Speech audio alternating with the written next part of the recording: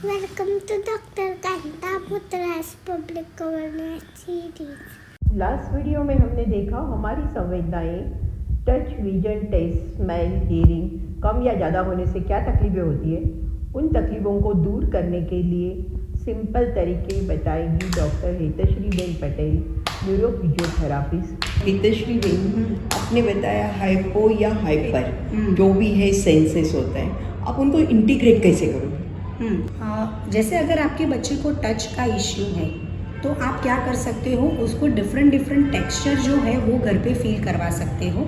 सबसे पहले और इम्पॉर्टेंट चीज़ क्या है कि उसको नेचुरल सेटिंग में चलने दो, खुले पैर, जो अभी नहीं हो रहा है। अभी के कई स्कूल आप देखोगे तो उसमें एक छोटा सा सैंड पिट बना होता है, छोटा सा मड प्ले किया जाता है। तो उसकी ज़रूरत क्यों पड़ रही है? क्योंकि पहले का जो हमारा डेवलपमेंट था उसका भाग ये था कि हम मिट्टी में खेलते थे, हम सैंड में खेलते थे, हम पानी में खेलते थे। अभी हमने क्लीनलीनेस के चक्कर में या फिर सोफिस्टिकेशन के चक्कर में हमारे बच्चों से ये खेल ही छीन लिया है, जिसके चलते ये सेंसरी डिस्टर्बेंसेस आना शुरू हो गए हैं। तो आप क्या कर सकते हो, उसको नेचुरल वॉक करवा सकते हो। वो बहुत अच्छा सेंसरी एक्सपीरियंस बच्चे के लिए रहता है। कुछ नहीं करना है, सिर्फ एक गार्डन में ले जाना है। गार्डन में आपको ग्रास भी मिल जाएगा, आपको सैंड भी मिल जाएंगे। आप अगर प्ले एरिया में जाते हो तो उसमें जो थोड़ा दरदरा सैंड रहता है वो है, या फिर सॉफ्ट पेबल्स है वो मिल जाएंगे, आपको फ्लोर वॉक भी मिल जाएगा। तो ये सारे एक्सपोजर आप जो सिंपली उसको गार्डन में ले जाके दे सकते हो। याद ये रखना है कि वो खुले पाँव उसमें चलना चाहिए। उसको पता होना चाहिए कि वो जो मिट्टी है वो गीली कैसे लगती है, उसका सॉफ्ट टेक्सचर क्या है। ये सारे एक्सपोजर आपको रिपीटेडली रेगुलर उसको देने हैं। घर पे आप सेंसरी जार्स जिसको हम बोलते हैं वो बना सकते हो। 4-5 डिब्बे ले लेने हैं या फिर जार ले लेने हैं, उसमें अलग अलग टेक्सचर आप रख दो। जैसे एक में आपने पॉम्स रख दिए जो सॉफ्ट बॉल्स आते हैं वो, एक में आपने चने रख दिए हैं, एक में आपने अपने राजमा रख दिए हैं, एक में आपने अपने स्ट्रॉ काट के रख दिए हैं। ये जार में कुछ भी चीज़ें छुपा दीजिए और अपने बच्चे को बोले कि उसमें से ढूंढ के निकालनी है। तो वो क्या करेगा कि वो उसमें हाथ डालेगा, जार में ढूंढेगा और ढूंढ के वो चीज़ निकालेगा। तो अपने आप उसको हाथों में वो सेंसरी एक्सपीरियंस हो जाएंगे। सेम चीज़ अगर कानों से ऐसा है कि सुनने में बच्चे को कोई भी आवाज़ बहुत ज़्यादा लग सकती है, तो ऐसे बच्चों के थेरेपी सेशन में कई बार हमने फील किया है कि अगर थेरेपिस्ट बड़ी ज़ोर से बोल रहा है या उसके कमांड देने का तरीका ऐसा है या वातावरण में बहुत सारी आवाज़ है तो बच्चा कोऑपरेट नहीं करेगा। बच्चे का आईक्यू भी अच्छा है, जो खेल बच्चे को दिया गया है या जो एक्टिविटी बच्चे को दी गई है वो भी बड़ी सही है, वो उसके आईक्यू के हिसाब से वो कर पा रहा है, पर एनवायरनमेंट उसके लिए डिस्टर्बिंग है, वो आवाज़ उसको ज़्यादा लग रही है तो वो फंक्शन बराबर नहीं कर पाएगा। तो ऐसे बच्चों के साथ सॉफ्ट आवाज़ में बात करनी चाहिए या आप धीरे से उससे अप्रोच करो। आप विजुअल चीज़ें उसको ज़्यादा दिखाओ, आप उसको कार्ड ज़्यादा दिखाओ, तो वैसे करके आप उसके साथ काम ले सकते हो। घर में आप उसको अलग अलग किस्म के आवाज़ जो है उससे यूज़ टू कर सकते हो। अगर वो कुकर की सीटी से डरता है तो आप हल्की सी जो आवाज़ है वही आवाज़ स्लो रेट में, अभी आपको मोबाइल में सब मिल जाएगा, तो वो उसको सुना सकते हो। सिक्कों की आवाज़ क्या है, पिगी बैंक में जो सिक्का खनकता है उसकी आवाज़ क्या है, चूड़ियों की खन क्या है, म्यूज़िकल टॉयज़ भी बहुत सारे मिलते हैं। तो धीरे धीरे करके उसको सुनाने हैं तो बच्चा यूज़ टू होगा। अगर आपको घर पे बच्चा मैनेज करना है कि क्या करे कि उसको समझे चीज़ें, आपके कमांड फॉलो करे, तो सबसे पहली बात कि उसको आपको पहले 1 लाइन के कमांड देने हैं, वेरी सिंपल कमांड।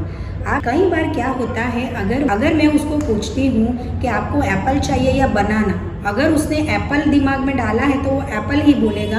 अगर उसने लास्ट में बनाना सुना है तो वो बनाना रिपीट करके मुझे बनाना बता देगा। उसका ये मतलब नहीं है कि उसको बनाना चाहिए या एप्पल चाहिए, उसका लैंग्वेज में समझने में प्रॉब्लम है, रजिस्ट्रेशन में प्रॉब्लम है, या फिर ज़्यादा प्रॉब्लम हमारे तरीके में है कि हम नहीं समझ पा रहे कि उसके साथ कैसे करना है। तो सबसे पहली बात उसको सिंपल कमांड देने हैं। कई बार आपने देखा होगा कि आपका बच्चा रिंग सेट से खेल रहा है, पर जब आप उसको बोलते हो कि बच्चा वो रिंग सेट लेके आओ और उसको ऊपर रख दो, तो इतना लंबा कमांड वो फॉलो नहीं कर पाएगा। पर दिन में ये प्रक्रिया वो बहुत बार कर रहा है, रिंग सेट ला रहा है कहीं ऊपर या खिलौने के ड्रॉअर में रख रहा है, पर जब आप बोलते हो वो नहीं करता है। तो वो क्यों नहीं करता है? क्योंकि इतना लंबा कमांड उसको नहीं समझता है।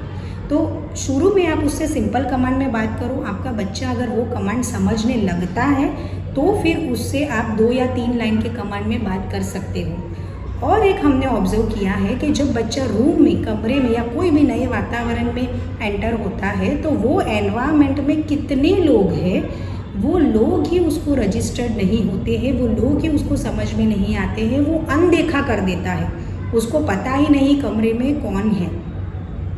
तो उसके लिए आपको पर्सनली वो बच्चे को हैबिट डालना पड़ेगा कि हम यहाँ पे आए हैं, जिसको हम लोग प्लेस ओरिएंटेशन बोलते हैं, कि जो जगह पे आप बच्चे को लेके गए हो वो जगह के बारे में आपको जानकारी देना पड़ेगा। आपका बच्चा वो रिपीट तुरंत नहीं करेगा कि हाँ मम्मा हम मंदिर आए हैं, कि हाँ मम्मा हम स्कूल आए हैं, पर आपको कीप ऑन ट्राइंग, आपको हर बार वो ट्राई करना पड़ेगा। ये सारी जो चीज़ें हैं वो एज अ पेरेंट आपको करनी है।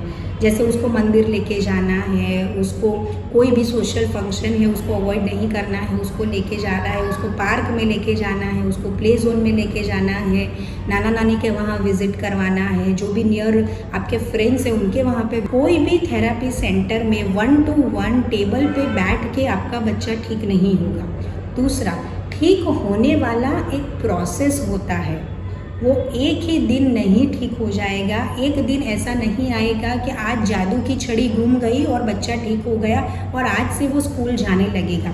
सो आपको ऐसे कहना है कि जो भी प्रॉब्लम है उसके साथ आप उनको ले जाना शुरू करो। यस, तो हाँ, मीन्स अभी अगर आपको लग रहा है कि वो स्कूल जाने को डर रहा है, कोई बात नहीं, आप टीचर से कांटेक्ट करो, उनको समझाओ और उसको स्कूल जगह भेजो। तो बाद में वो धीमे धीमे दोनों ही ओर से आपकी कोशिश प्लस स्कूल का वातावरण में बार बार जाके भी वो एडजस्ट होना शुरू हो जाए। Yes, definitely. सो अवॉइड नहीं करना है, अवॉइड नहीं करना है। जो एक नॉर्मल बच्चे का रूटीन है वही आपको पहले तो आपके बच्चे के साथ शुरू रखना है। और एक थेरेपी होता है जो है ABA थेरेपी। ABA को बोलते हैं अप्लाइड बिहेवियरल एनालिसिस थेरेपी।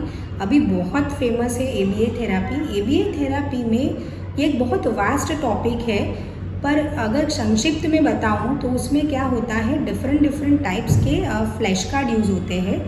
बच्चों को विजुअल मेथड से साथ में वर्बल कमांड या प्रॉम्प्टिंग देके सिखाया जाता है। कई बार बच्चे को अगर हम पूछते हैं कि ये 2 चीज़ों में से सेम कौन है तो वो नहीं कर पाता है, पर अगर वही चीज़ आप उसको फ्लैश कार्ड से थ्रू सिखाओ तो ज़्यादा अच्छा रहता है। अगर आपका बच्चा छोटा है, से फॉर एग्जांपल मुझे उसको फ्रूट सिखाने हैं, तो मैं उसको रेगुलर फ्रूट्स तो दिखाऊंगी कि ये एप्पल है, ये बनाना है और ये पोमोग्रेनेट है, पर at the same time flash card वाली चीज़ें जो है, फ्लैश कार्ड अगर सेम चीज़ के दिखा के उसको हम बोले कि ये क्या है, इसको आप जो 3D अपना रेगुलर फ्रूट है उससे मैच करो, तो ये एक ABA का टाइप है। ABA बड़ा वास्ट है, उसको एक ही उसमें लेना इतना नहीं, मेरे को लगता है इसके बाद वाली थेरेपी जरूरी पड़ती है, तो सबको स्पेशलिस्ट के पास जाके एटलीस्ट सेशन बीच में महीने में एक बार, 15 दिन में एक बार ले लेना चाहिए। अदरवाइज तो मेरे को लगता है हितश्री बहन ने एक्सलेंट ढंग से बताया है, सिंपल चीज़ें। मेरे को लगता है इवन ये चीज़ें नॉर्मल बच्चों के लिए करोगे तो भी आपको फ़ायदा होगा। सो थैंक यू हितश्री बहन, थैंक यू ऑल।